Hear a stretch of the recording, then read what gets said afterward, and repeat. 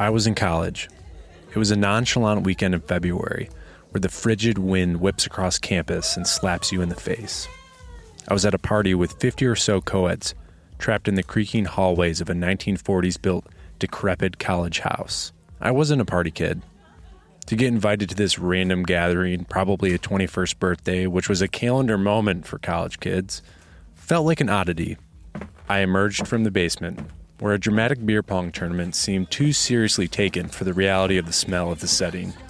As I shimmied past random baby faces holding solo cups, seemingly having a much better understanding of how to interact in the house party environment than I did, I meandered over to a secluded wall in the largest room in the house, where most of the furniture had been pushed against the walls of cracking plaster. I leaned against the wall holding my 6, now 4-pack of craft beer, sipping from a brown bottle and trying to act opaque and mysterious, like a character from a Wes Anderson movie. The dull drones of the latest pop hip-hop party song blurred my vision more than the oatmeal stout I was nursing. Suddenly, the music stopped. A gruff 20-something stood on a creaky chair in front of the partygoers, who were confused at the interruption of the evening's generic proceedings. The guy looked like he had seen too many ends of a keg stand. He had a full beard covering his face, with flowing dark hair creeping from his receding hairline, hidden by a backwards trucker cap. I couldn't tell if he was an older brother reliving his glory days or on his 3rd or 4th victory lap of school. My instinct was to beeline for the safety of my closet-sized dorm room and finish my film class paper on 1970 cinema when something happened.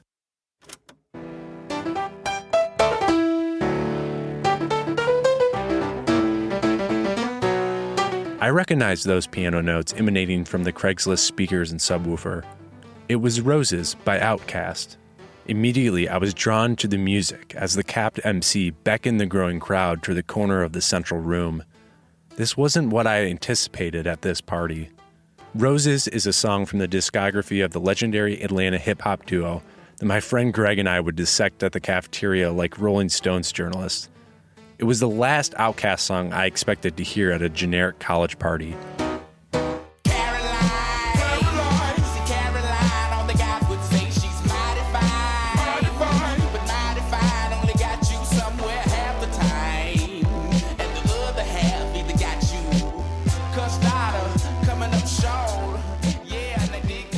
As Andre 3000 began to sing, the beer-bellied Big Ten bar star moved his lips in sync perfectly.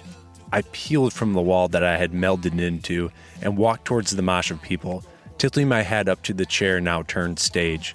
This hero, this magician, had captivated me. Over the next 5.5 minutes, he perfectly lip-synced the entire lyrics to Roses, commanding the crowd and miming the passionate disdain of the poetry of an embittered lover fantasizing revenge. It was one of the greatest performances I've ever seen in person. And it was a lip sync.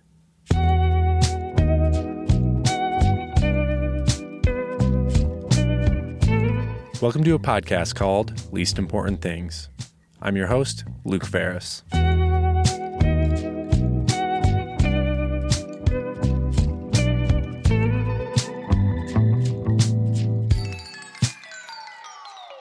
Lip syncing is a natural response to the music we love. People do it at concerts, in the car, at weddings, and at the bar. And now, social media has made lip syncing not only easy and interactive, but it's becoming somewhat of an art form. I think a critical moment in the evolution of lip syncing came pre-TikTok. Tonight Show host Jimmy Fallon capitalized on the joy of lip syncing with a sketch called Lip Sync Battle. My favorite battle from the sketch was actually its first iteration on Late Night with Jimmy Fallon. I am here with Joseph Gordon-Levitt and Stephen Merchant, and we're about to have a lip sync battle for the ages. This is a game that Stephen created with John Krasinski and Emily Blunt. Is that correct? That is correct. And tonight, Stephen has come on to challenge me and Joe to a battle. It features Joseph Gordon-Levitt and gangly British writer and comedian Stephen Merchant, who lip-synced Fresh Prince's Boom Shake the Room and Beyonce's All the Single Ladies. You'll know this artist as Beyonce Z. Oh. She doesn't use her last name. She doesn't use her last name? Just first name only. We weren't notified in England of that. Yeah. The song, of course, Single Ladies.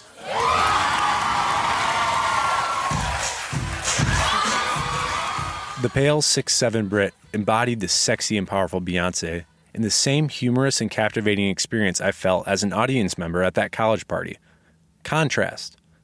Although Merchant is a professional performer, our snap judgment of a British man versus a British man confidently swinging his hips and waving his hand is unexpected. The foundation of humor. Oh my goodness! Oh my gosh! Fallon's late night sketch became so popular that he and Merchant turned it into a spin-off show where celebrities pick songs and give bombastic lip-sync performances with props and effects. It's a far cry from the stripped-down lip syncs that we do in front of the mirror or perform in front of our friends. So why do we lip sync? Why do we as humans attempt to reinterpret the music and artists that we love? Just because I lip sync like James Brown while I'm tipsy doesn't make me in the least bit like James Brown. I did look for this footage. I cannot find it anywhere. I did lip sync to James Brown. So I reached out to you about what your favorite songs are to lip sync, and here's what you said.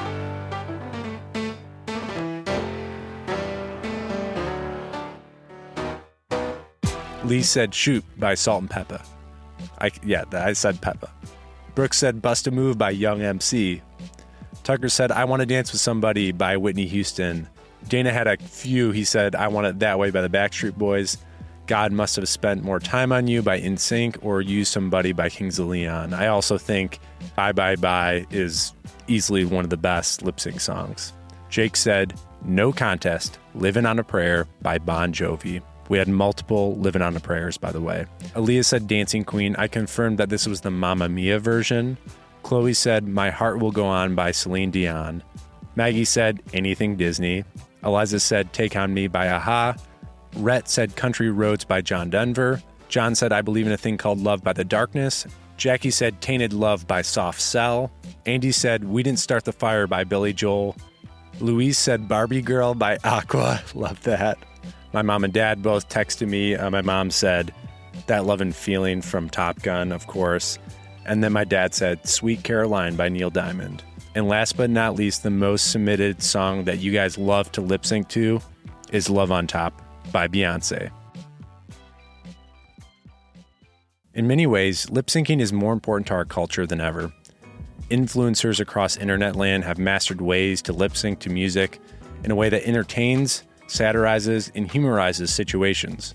Artists and media conglomerates are spending huge chunks of their advertising budgets just to get their songs on TikTok and used by popular influencers. Instead of getting an up-and-coming artist song on an Apple commercial or backtrack to a CW show, having your music as a trend on TikTok is the quickest way to fame and glory. And lip syncing is more than just music. Because of TikTok and Instagram Reels audio and video stitch and match system, sound bites of speaking are mimicked across the platforms.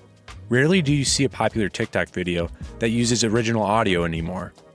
A majority of the TikTok trends are based on an audio bite lip sync to a scenario that invokes the same entertainment tick that Stephen Merchant used. Contrast.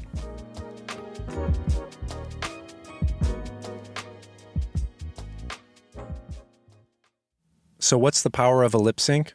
It's obviously not going anywhere, and it's more critical than ever in how we communicate and consume information.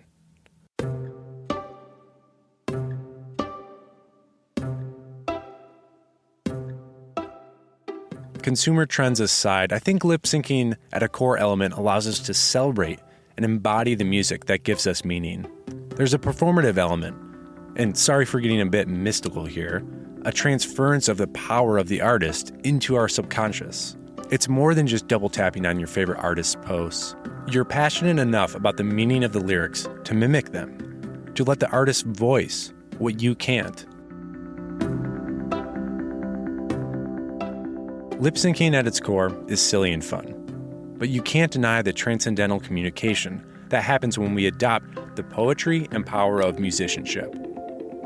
Through lip syncing, we process, celebrate, and delight in the power of sound.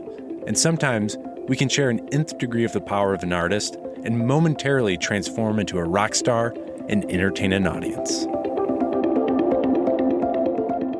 Even if that audience is a stuck-up 21-year-old hipster at a college house party.